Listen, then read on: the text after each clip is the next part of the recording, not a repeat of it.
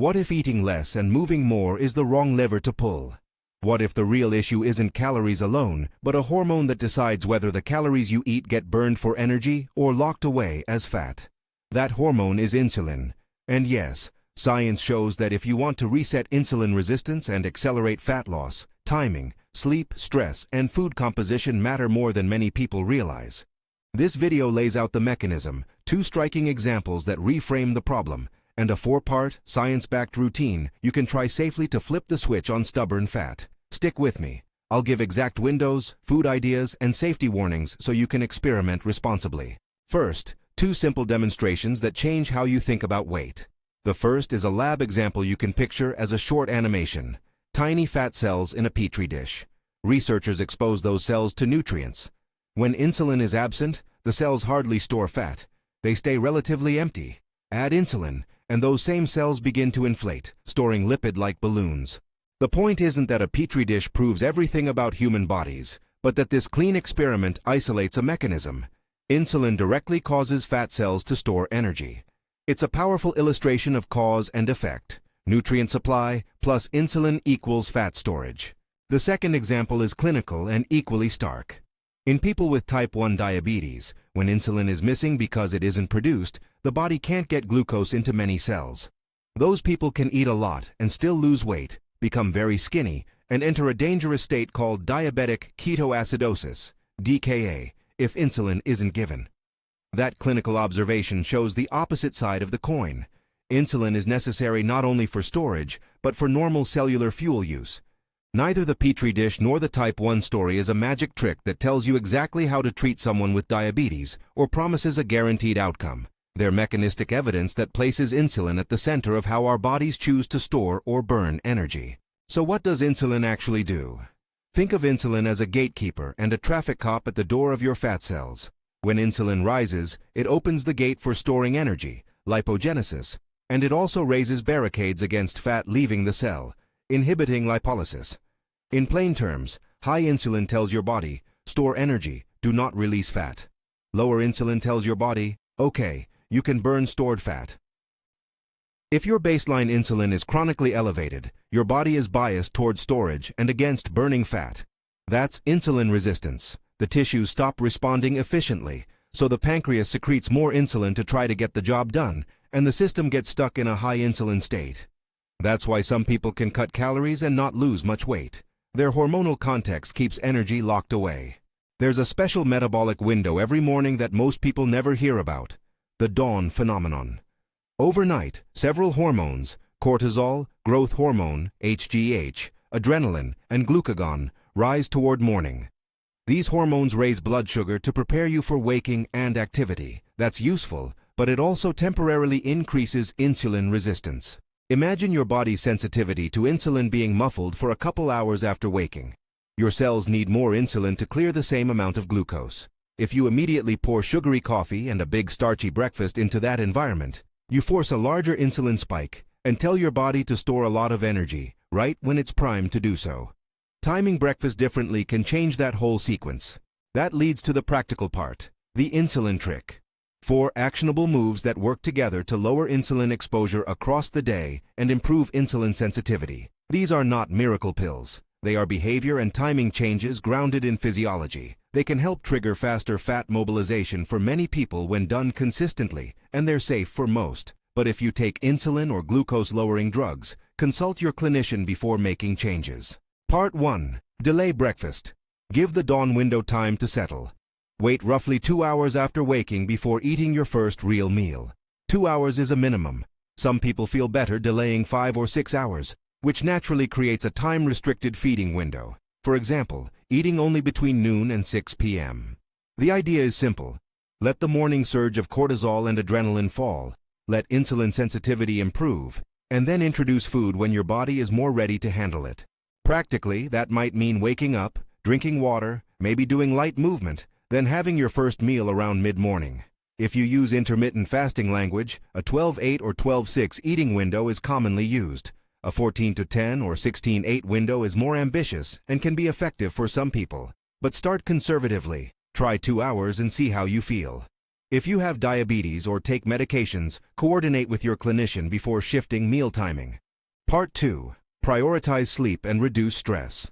Sleep is not optional for metabolic health. Poor or short sleep elevates cortisol and disrupts melatonin rhythm, which increases evening hunger, raises fasting blood sugar, and drives insulin resistance. The practical prescription: aim for consistent sleep timing aligned with the sun, earlier in the night and regular wake times.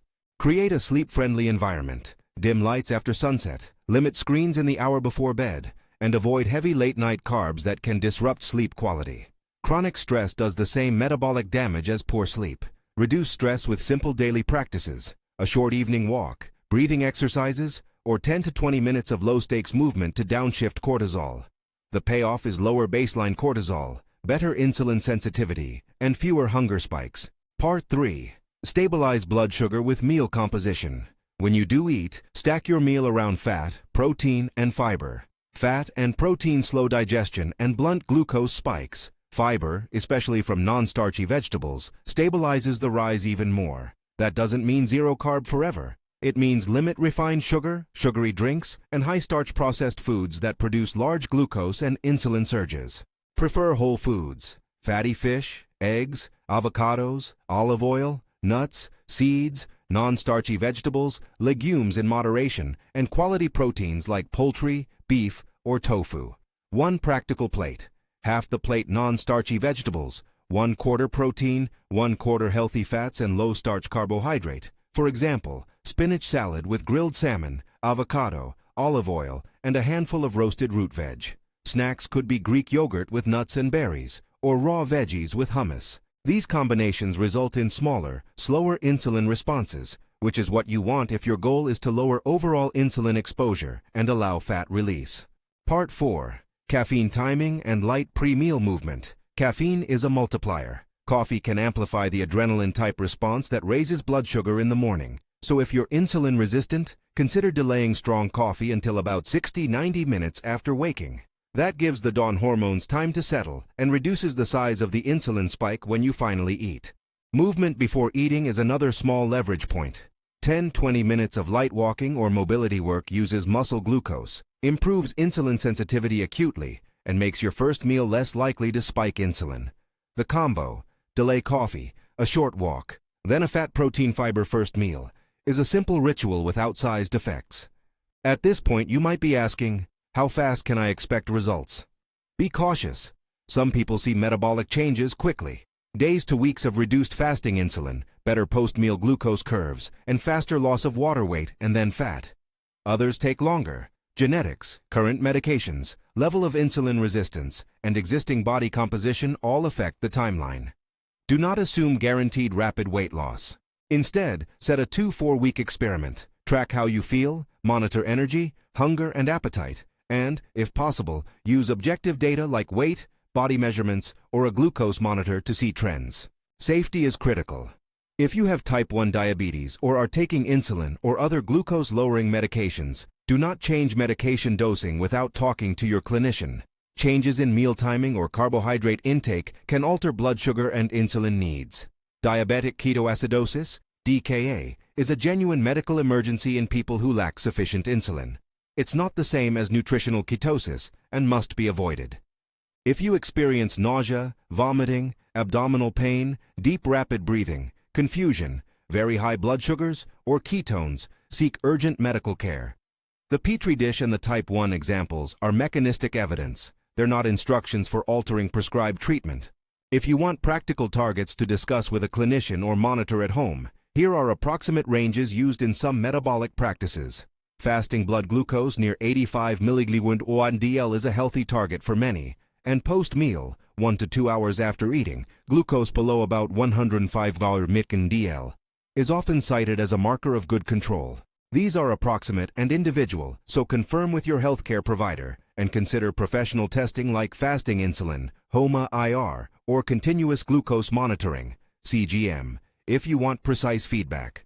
Now let's translate the principles into a simple daily routine you can try for a week and then adapt. Wake up, drink a glass of water. Avoid immediate food for at least 2 hours. If you normally have strong coffee right away and are insulin resistant, hold the coffee for 60-90 minutes. Do light movement in the morning, a 10-20-minute walk, gentle yoga, or mobility routine. This doesn't have to be intense. Its purpose is to use some of the dawn glucose and improve insulin sensitivity. First meal. Aim for a plate built around healthy fat, protein, and fiber. Example: scrambled eggs cooked in olive oil, a side of sautéed spinach and mushrooms, half an avocado, and a small portion of roasted sweet potato if you tolerate it. Another example: a large mixed green salad with grilled salmon, olive oil dressing, olives, cucumber, and a few roasted chickpeas for texture. Between meals, if you need snacks, choose options that minimize spikes: nuts, full-fat Greek yogurt with berries, raw vegetables with hummus, or a small portion of cheese and olives. Last meal. Finish eating 3 to 4 hours before bed. This window helps lower overnight insulin and supports better sleep. Avoid heavy late-night carb binges or sugary desserts that force insulin up in the middle of the night. Sleep hygiene.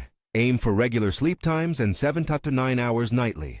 Dim lights in the evening. Avoid screens before bed if possible, and keep the bedroom cool and quiet. If you want a concrete 7-day starter protocol, try this conservative approach. Days 1-3 focus on timing. Wake, hydrate, delay food 2 hours, walk 10 to 20 minutes, then eat a fat protein fiber meal.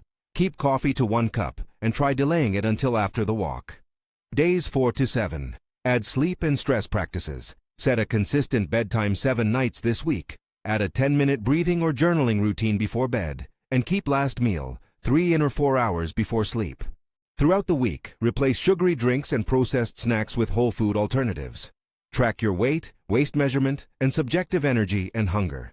If you use a glucose meter or CGM, look for lower fasting numbers and smaller post-meal spikes over the week. To make this real, here are 3 sample plates you can rotate. Morning option: after your weight and movement. Omelette made with 2 eggs, spinach, mushrooms, and feta, cooked in olive oil. Half an avocado on the side, black coffee after the walk. Lunch: big bowl of mixed greens, shredded chicken or tofu, roasted Brussels sprouts, pumpkin seeds, olive oil and lemon dressing. Add a small serving of quinoa if you need more carbs, but keep it modest. Dinner: finish at least 3 to 4 hours before bed. Grilled salmon, roasted cauliflower and broccoli tossed with olive oil, and a side salad. If you crave dessert, choose berries with a tablespoon of chopped nuts. Small snacks: raw carrots and bell pepper slices with guacamole, a small handful of almonds with a piece of fruit, or a dairy-based snack like plain Greek yogurt with cinnamon. A few practical troubleshooting tips. If you feel lightheaded during the initial delay of breakfast, that may indicate you need a gentler ramp-up. Shorten the delay and speak with your clinician, especially if you're on meds. If your energy crashes after meals, check the composition. Too many refined carbs will spike and then crash glucose. Add fat and protein and more fiber. If sleep remains poor even after timing changes, look for other contributors: caffeine too late, alcohol, or inconsistent wake times. You might wonder about exercise intensity. Resistance training and regular cardio improve insulin sensitivity over the long run, but the morning movement I recommend before the first meal is intentionally light. The goal is to prime muscle glucose uptake, not to exhaust yourself. Save heavy lifting or intense workouts for times when your nutrition and recovery are established, or later in the day if that fits your energy and schedule. Resistance training 2 to 4 times per week, plus daily light activity is a robust long-term strategy for improving insulin action. Let's be clear about limitations. Resetting insulin sensitivity is not a single magic bullet that will work identically for everyone. Genetics, medications, underlying endocrine conditions, and the degree of existing insulin resistance all influence outcomes. The science supports the mechanisms and the potential benefits of timing, sleep, diet composition, and movement. But you're an individual, so treat this as a structured experiment. Change 1 or 2 variables at a time, track results, and adapt. A final practical checklist you can start with tomorrow morning. Wake, drink water, wait 2 hours before eating, do 10 to 20 minutes of light movement, have a fat protein fiber meal, delay strong coffee until after the movement if you're insulin resistant, avoid refined sugars and processed carbs, finish your last meal 3 to 4 hours before bed, and prioritize consistent sleep. If you have diabetes or take insulin or other glucose-lowering medications, don't change your medication schedule without clinician input. If you're not sure whether this approach is safe for you, consult your healthcare team and consider objective testing like fasting glucose or a continuous glucose monitor to personalize the experiment.